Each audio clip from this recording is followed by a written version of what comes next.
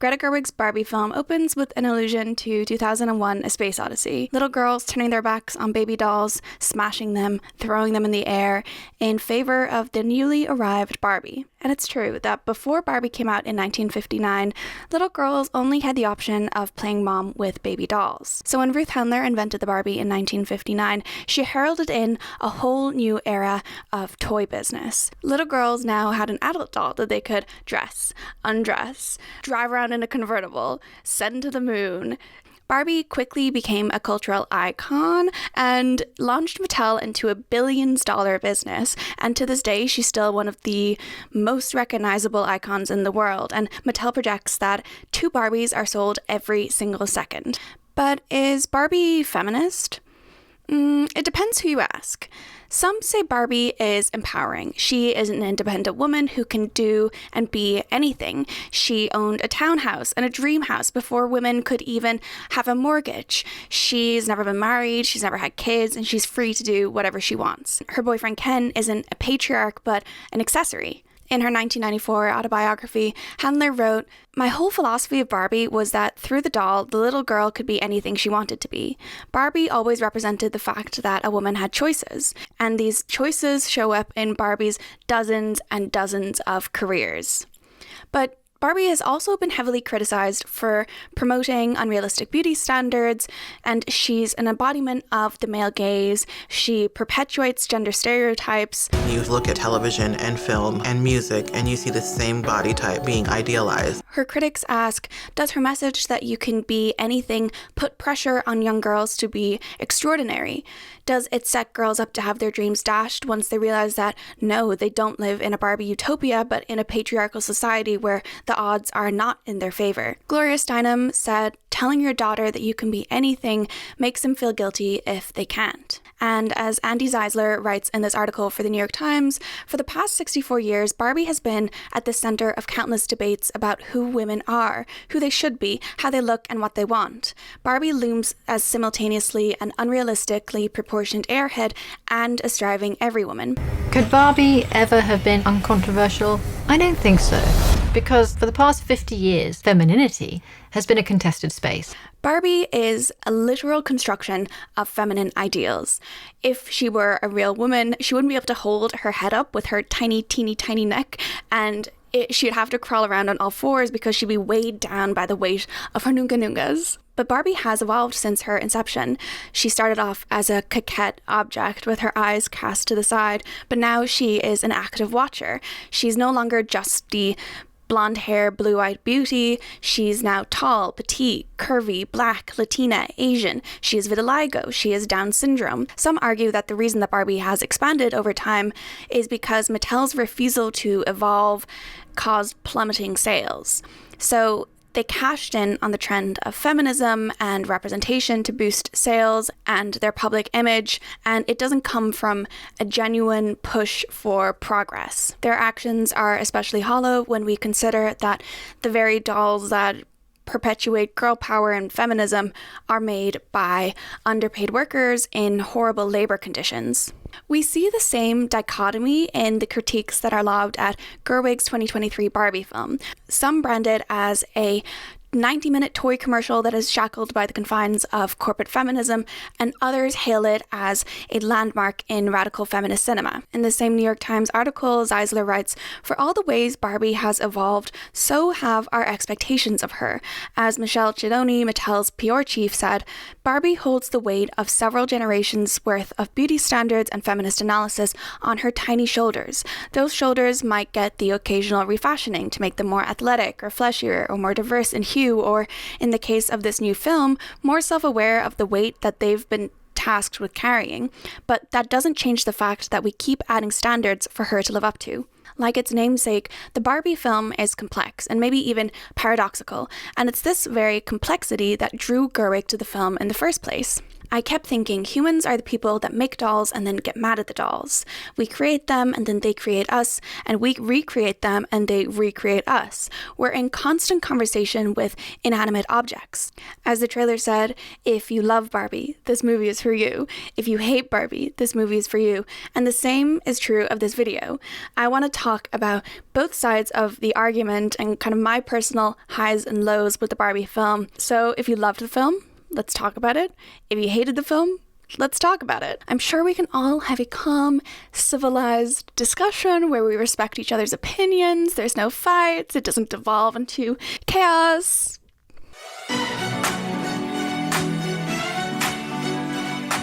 Something unanimous I've seen across the range of critiques of the film is an appreciation for the style. Every aspect of this film leans into the fact that Barbie is a doll, from the way the actors move to the set design. The way that Margot Robbie moves alone, give her an Oscar. And Gerwig cast dancers as the background extras so that they would all have the same kind of stiff, slightly poised movements that would mimic dolls. Similarly, the way Ken tumbles, flies through the air after he runs headfirst into a wave, and the way that the car kind of tumbles through the air all mimic how dolls would move. And also the dialogue with the kind of naive interactions between Ken and Barbie specifically mirrors how kids would make them talk. I thought I might stay over tonight. Why? Because we're girlfriend-boyfriend. To do what? I'm actually not sure. If you didn't glean this from the color palette alone, Barbie is unabashedly feminine. Gerwig called the aesthetic of her film Techno Barbie because it's inspired by the Technicolor films as well as incorporates various shades of pink a la Barbie. The colors in the film are delicious. I can't even think of another word for it. And each frame in Barbieland is saturated with color. Gerwig wanted to pay homage to 1950s soundstage musicals and make everything feel authentically artificial. And with the source material being a plastic doll, not only is this aesthetic just gorgeous to behold, but it also fits with the brand. Instead of CGI, Barbieland backdrops are all hand painted, and moments like the travel montage really showcase how each element is handcrafted and in some instances hand puppeted. The men who were puppeteering butterflies. Butterflies, yeah. There was the bikes and there was a man on a ladder being and I was this is my favorite thing I've ever done. The set design is just genuinely one of the most gorgeous I've ever seen, and shout out to the production designer Sarah Greenwood and the set decorator Katie Spencer. Greenwood previously worked on the film Anna Karenina, where you can again see how she creates these authentically artificial kind of staged moments. In the Architectural Digest tour of the Barbie Dream House, you can see how meticulously crafted every element of the set is. Everything is a mix of 3D props and decals capturing how a real dream house is designed. The wardrobe layout mirrors how Barbie's outfits and accessories are arranged in the box. They made the houses, the cars, and the roads 23% smaller than real life in order for everything to seem more toyish. Detail that I love is that when the Kens take over in their Mojo Dojo casa houses, since they don't know how to do anything, the little himbos, they have barbecues on the ovens, they stuff blenders full of Doritos. And even the White House in Barbieland is pink, the pink house, if you will. The attention to detail is it's immaculate. It is immaculate. Costume designer Jacqueline Duran put her blood, sweat, and tears, stream Blood, Sweat, and Tears by BTS on Spotify, into the costume design for this film. All the Barbies change outfits and hairstyles randomly from scene to scene, and it doesn't need continuity because they're dolls. It doesn't need any rationale for them to change, and it provides more opportunities to showcase these amazing costumes that she designed. Something that I saw in an interview with Ryan Gosling was that he showcased how the inside of Ken's fur jacket is lined with horses. Again, the attention to detail. The attention to detail. Ryan Gosling said in an interview, There's a meme out right now that says, the costume designer for Barbie has a free pass to heaven. And I agree. Can we hear some commotion, not just for the dress, but for the entire wardrobe? I just love how they leaned into the dollish nature of everything in every aspect that they could. The doll and toy notion of play also comes through the film with its sense of fun. I think a lot of people who've responded positively to the film love it because it is so fun. The amount of fun that people were having behind the scenes really bleeds into the film, and it's the same as the iconic cinematic masterpiece Mamma Mia. And the amount of love and respect that people have for Greta Gerwig, the way they just gush about her as a person and her talent. Greta's the best. That's great. She's an incredible director. I think she's an auteur. She's an incredibly generous, brilliant person. Greta's enthusiasm is just completely contagious. It's just so refreshing to see female directors prove that they are more than capable at helming big budget projects. It's so lovely to see their cast and crew reinforcing this with like endless praise. And it's something that I talked about in my Mamma Mia video with Philippa Lloyd. And I've seen many, many men brought to their knees by things that she just says, well, that's not a problem. You know, she just goes right straight through it. Female directors aren't usually tasked with directing big budget blockbusters. You know, it's presumed that they're more suited to kind of low-key intimate dramas. They don't have the star power or the talent, I guess, to like make a profitable film, which is all just completely false. Obviously. And also it's the same with Margot Robbie, who was an executive producer on the film. And the soundtrack, the Barbie movie soundtrack, Grammy, Tony, Emmy, Golden Globe, Best Original Song, Best Soundtrack. I don't really know what the Oscar categories are, but all of them, please. Pop girlies everywhere were represented with Charli XCX, Nicki Minaj, Ice Spice, Dua Lipa, Lizzo, Rockin'! Billie Eilish, Pink Panthers, Sam Smith. The songwriting and score was overseen by Mark Ronson. Genius. The fact that Sam Smith's song contained the lyrics, "Not gay bro, but I'm on that lay-low." Also, not to mention that I'm Just Ken contained the line, "Hold that manly hand in mine." Sorry, I'm Just Ken. I think I ascended to the astral plane the first time I saw that. I'm just Ken. The music, the choreography, the performance, the emotion, the way that song builds, like I actually think that's going to be like in my top Spotify Wrapped of this year because unironically adore it. And the cover of Matchbox 22's Push, sung by all the Kens on the beach. Which of us haven't been in the position of a man playing unprompted, unasked, unwanted, and making uncomfortable eye contact for 4 minutes straight? We've all been there. We've all been there.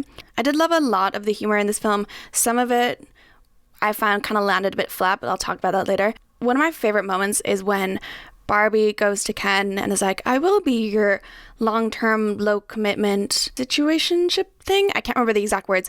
And then Ryan Gosling goes back into his house and he goes just out of frame and he goes, "Sublime!" You just hold on for 1 second. Sublime! I knew that she... Tears. Full tears. The ad for Depression Barbie, who rewatches the BBC Pride and Prejudice. Bit too close to home there, Greta. And the montage of like deep brainwashing the Barbies. The Godfather explanation. As someone who studied film for 4 years alongside men, I could not count the amount of times the incomparable influence of Coppola, Kubrick, Nolan was mansplained to me. I felt seen in those moments. There's so many just like little moments of jokes and nods kind of in the Barbie film that I just adore. And even at one point, Barbie Alexandra plays dumb and says like, "Photoshop is so hard. Like, how am I supposed to select an object?" And then Ken Simu mansplains Photoshop to her. But as someone who forgets the basic fundamentals of Photoshop, every time I open that app, I wish I had a dreamy Ken to mansplain it to me. Hello? Ken Simu? Oh, you can teach me the ways of the magnetic lasso and layer masks? My savior. What's your name? Skillshare. This video is brought to you by, you guessed it, Skillshare, the largest community of online creatives, and this Barbie is one of them. You know me, dolls. I'm always looking to make my big, beautiful brain bigger, beautifuler, and brainer. I actually have been taking a course in Photoshop. That's not even a joke. So now if a man tries to come up and like mansplain layers or something to me, I can just select, delete them out of my life. I also started learning how to use Procreate and obviously did what anyone who just learned how to use Procreate would do. Drew myself in the style of the animated early 2000s TV show Totally Spies. 10 out of 10, I highly recommend. You can learn about creative writing, how to make your room as aesthetic as the Pinterest girlies. You can be a STEM kid and learn about AI. You can learn how to level up your Instagram. I'm telling you, Skillshare has it all. Channel your inner Barbie because you can do anything. You know the drill, dolls. The first 1,000 people to click the link in the description of this video will get a 1-month free trial of Skillshare. Babes, it's free. You have nothing to lose and endless knowledge to gain. So here's your chance to explore something you've always wanted to try from the comfort of your own home for free. So thank you, Skillshare, for sponsoring this video. In the cinemascape of films about men, by men, for men, how refreshing is it to have a film for women, by women, and that is so steeped in hyper-femininity and girlhood. Girlish dreams are often treated with derision instead of respect, so it is refreshing to see that kind of respect on screen. Like Legally Blonde before it, Barbie pushes back against the notion that women who have stereotypical feminine interests like fashion and beauty are somehow shallow or like less intelligent than others. There's a joke where Barbie sees a billboard for the Miss Universe pageant in the real world and she's like, oh my god, it's the Supreme Court.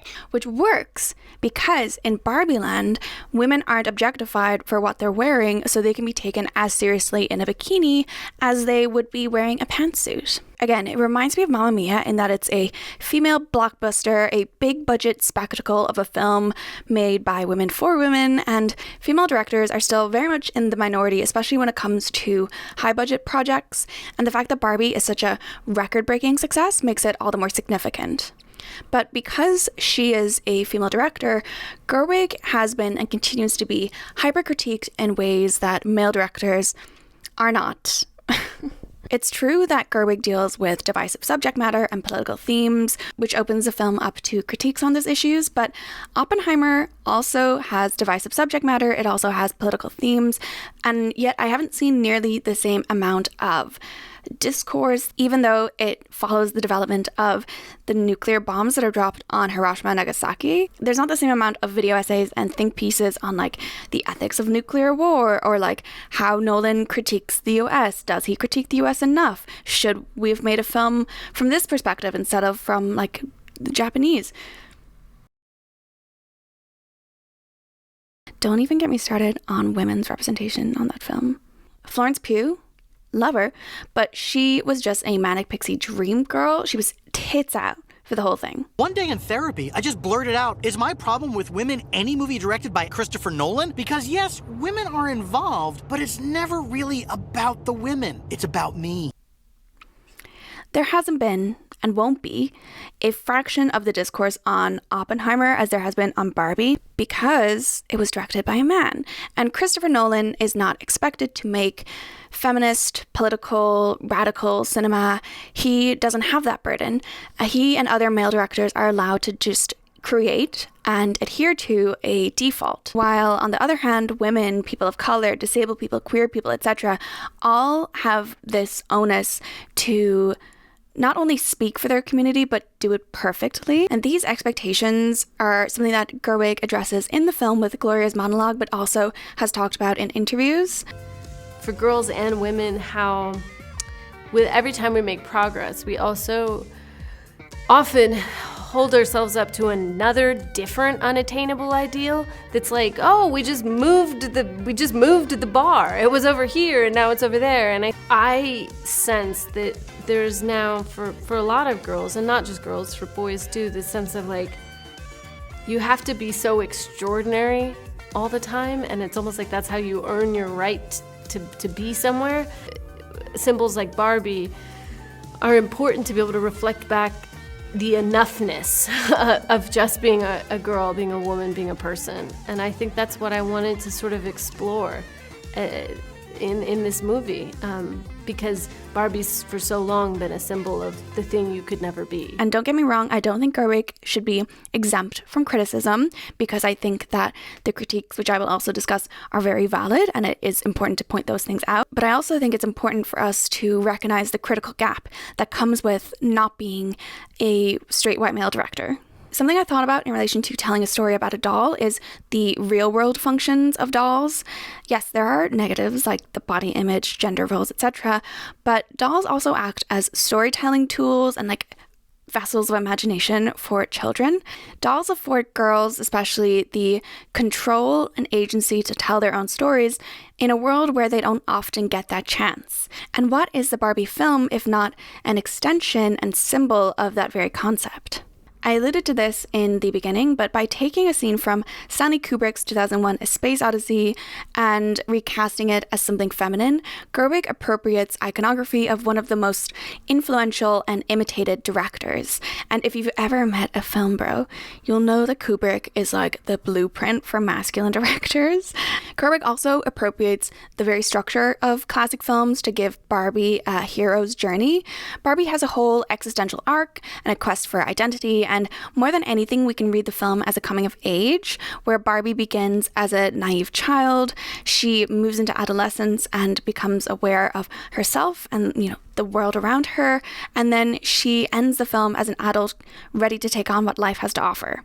I think the first time I saw the film, I was a little confused at her motivations and like why she chose to leave Barbie Land. But then when I watched it the second time and I kind of saw it as more of a coming of age, it made a lot more sense to me. And this is completely in line with Gerwig's filmmaking, because her films are coming of age stories that deal with teenage girls trying to figure out their identity, trying to figure out their place in the world. And what is Barbie if not like a teenage girl who is trying to forge her identity separate from what she's been told, to break out of her box, to transcend the parameters of the stereotypical Barbie.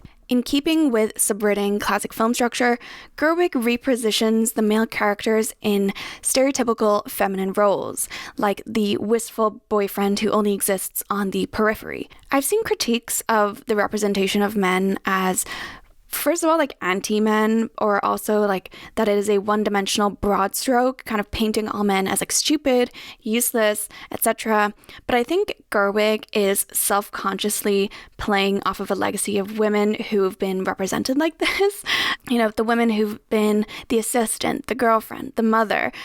She subverts this, but it's also important to note that when we're living in a patriarchal society where men have the power, these one-dimensional characterizations don't have the same implications and the same damaging effects. They don't play into the same patterns of dehumanization and degradation of oppressed people. And don't get it twisted. I'm not saying that men don't suffer under patriarchy, because they do. Everybody does. But I'm trying to make the point that when men have always been the default, they have always been the storytellers, they've always been seen as human. I think we can kind of see the contrast between their historical representations and their representation in the Barbie film and read it as like self-aware, as satire, and it also highlights how women and minorities have been portrayed in, the history of cinema. As Alex Abad-Santos writes for Vox, maybe Kens do deserve better than to feel like accessories. Perhaps they deserve a life where they can have their own cars and houses and don't have to conform to their partner's needs and ambitions. But we already have a world where that happens. Barbie deserves a better one. Ironically, even with all these critiques, the Kens are afforded more sympathy, more nuance, more screen time than female characters have in much of cinema history, which really makes you think.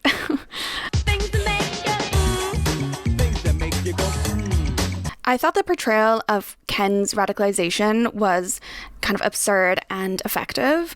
I think, like Barbie's growth from kind of naive child to adult, independent woman, you can equally view Ken as like a little boy getting sucked into misogyny, realizing how men benefit from patriarchy, and kind of hopping on the radicalization train. Don't Worry Darling tried to portray something similar. but it was not good. Ken's arc also shows that liberation from patriarchy can be achieved constructively through like talking about emotions and dismantling structures, whereas destructive means like anger and toxic masculinity and like perpetuating the same structures that have been there historically only breed more misery.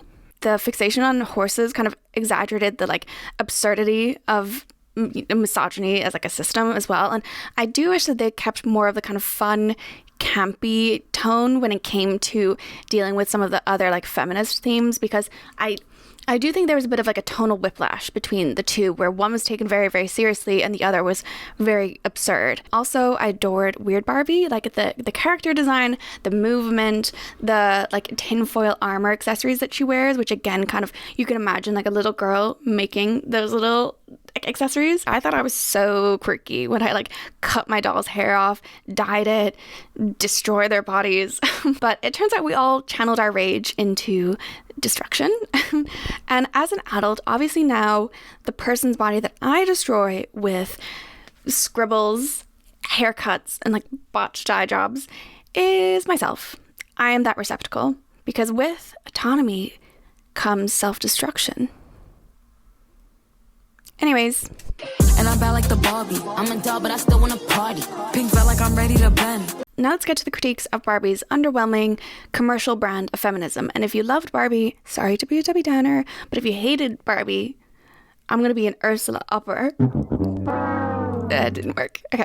For all its emphasis on feminism and its takedown of the patriarchy, the film is very broad in its feminism. There is representation of Barbies and Kens with different skin colors, like even the president is black. There's a trans Barbie, there's a Barbie in a wheelchair, a Barbie with prosthetic limbs. But the intricacies of how disabilities, race, gender identities, etc. inform our experiences is absent.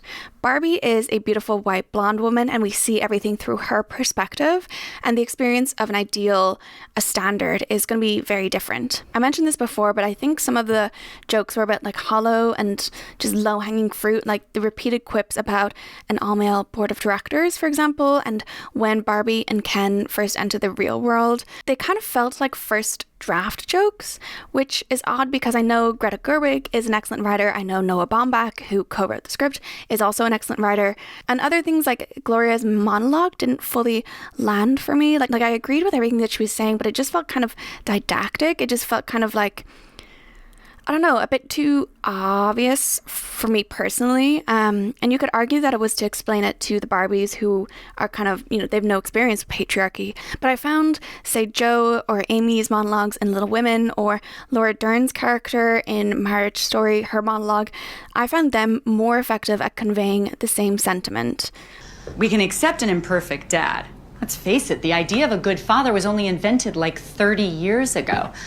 We love them for their fallibilities, but people absolutely don't accept those same failings in mothers. We don't accept it structurally, and we don't accept it spiritually, because the basis of our Judeo-Christian whatever is Mary, mother of Jesus, and she's perfect. She's a virgin who gives birth. Women. Barbie has been criticized for its shallow feminism, with people arguing that it doesn't go far enough in its treatment of Mattel and like the damage that Barbie has caused in terms of body image. There's a monologue by Sasha, who's a Gen Z character, who calls Barbie a fascist and says that she set the feminist movement back 40 years. But beyond jokes about, again, like Mattel's all-male board of directors, there isn't much else that reckons with the company's damaging legacy. The reason for this soft criticism is undoubtedly Mattel's involvement in the film, because they helped produce it, so a lot of their money is funding the film. And Gerwig revealed in an interview that the Mattel CEO didn't even want Sasha's monologue in the film, so that completely dashes any hopes of like further in-depth criticism. Mattel is obviously comfortable cashing in on the trend of feminism, both with their dolls and with the film, but it's a feminism that is palatable, that is marketable for its superficiality and its broader appeal. But even with this kind of feminism, we see the pushback from, say, like right-wing commentators who spend hours of their life talking about the film for some reason. Go to therapy. Like, babes, go to therapy. Greta Gerwig and her writing partner, Noah Baumbach, are constricted by Mattel and the Barbie brand, so I don't think it would have been possible for her to do a full dissection of all that damage with Mattel watching over her shoulder. It seems like we either get the Barbie film as is, or we wish for a more radical version that ultimately never could have existed with the commercial restraints of Mattel. Gerwig herself said, sometimes these films have the quality of hegemonic capitalism, and she uses the montage of real people at the end to kind of contradict this in some way and inject more kind of humanity into the film. And honestly, though I'm pointing out the issues that I had with the film, I don't even know how or like if I could solve these problems. Like, I don't know like how I would rewrite the film to like be a better, like perfect feminist film. I think ultimately Barbie as a brand, Barbie as a symbol just isn't feminist, you know? She's a Mattel commercial product. So I think it's fundamentally impossible to like reconcile two things like capitalism and feminism that are just so in conflict with each other. My big brain bestie, Rebecca, hi Rebecca, who helped me write the script, summarized the kind of feminism of Barbie this way. Barbie has always reflected contemporary cultural ideals of womanhood, and though this movie might not be the subversive feminist critique that we were hoping for, it does reflect a current view of womanhood, in that representation in media and politics is the most important frontier, regardless of whether the politics presented in the courts, news, etc. are actually productive for women. That womanhood has now become something that can easily be synthesized, commodified, and sold back to women through girl boss feminism, again without having any sort of political agenda backing it. I think this review from NPR, which is sometimes corporate propaganda, can be fun as hell, does a good job of summarizing the kind of two sides of this debate. The truth is, the tension between filmmaking and commerce has and always will be present in the work itself, be it a broad Hollywood blockbuster or the most idiosyncratic and Terrence Malick-y of endeavors. Something like Barbie lays that tension bare and exposed in its unabashed commercialism and heightened sensibilities, so that you can't not think about how its aims may be at odds with its execution. But that's also part of what makes it such an interesting oddity to witness. It's a Barbie world you'll be more than happy to have visited, even as it confounds.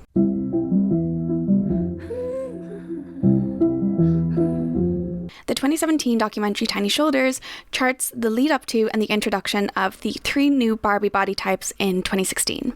It examines how Mattel attempts to balance a response to feminist critiques and its drive for profit. In it, Mattel employees voice their simultaneous love for the Barbie doll and express their frustration at its stagnancy. I watched it after I saw the Barbie film, and I realized that their opposing emotions mirrored how I felt about the Barbie film. I loved its aesthetics, its humor, Gerwig's style, and yet I felt frustrated that its feminist message was confined by Mattel and diluted by corporate interests. As I highlighted at the beginning of the video, the issues that people have had with the Barbie film are the same issues that people have been having with the Barbie doll for the past 64 years. And though I tried to pick an angle for this video essay, I couldn't come down firmly on one side, because I thought opinions and critiques on both sides of the fence were valid, and I agreed with both of them. But maybe that's the point.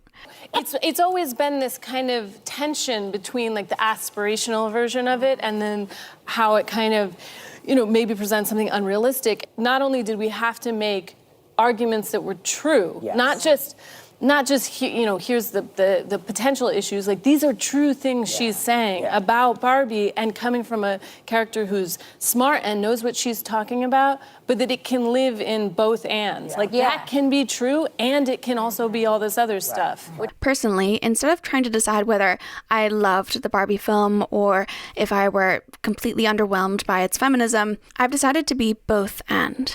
I both love Barbie and have a lot of issues with its storytelling and feminism, and I think that's okay.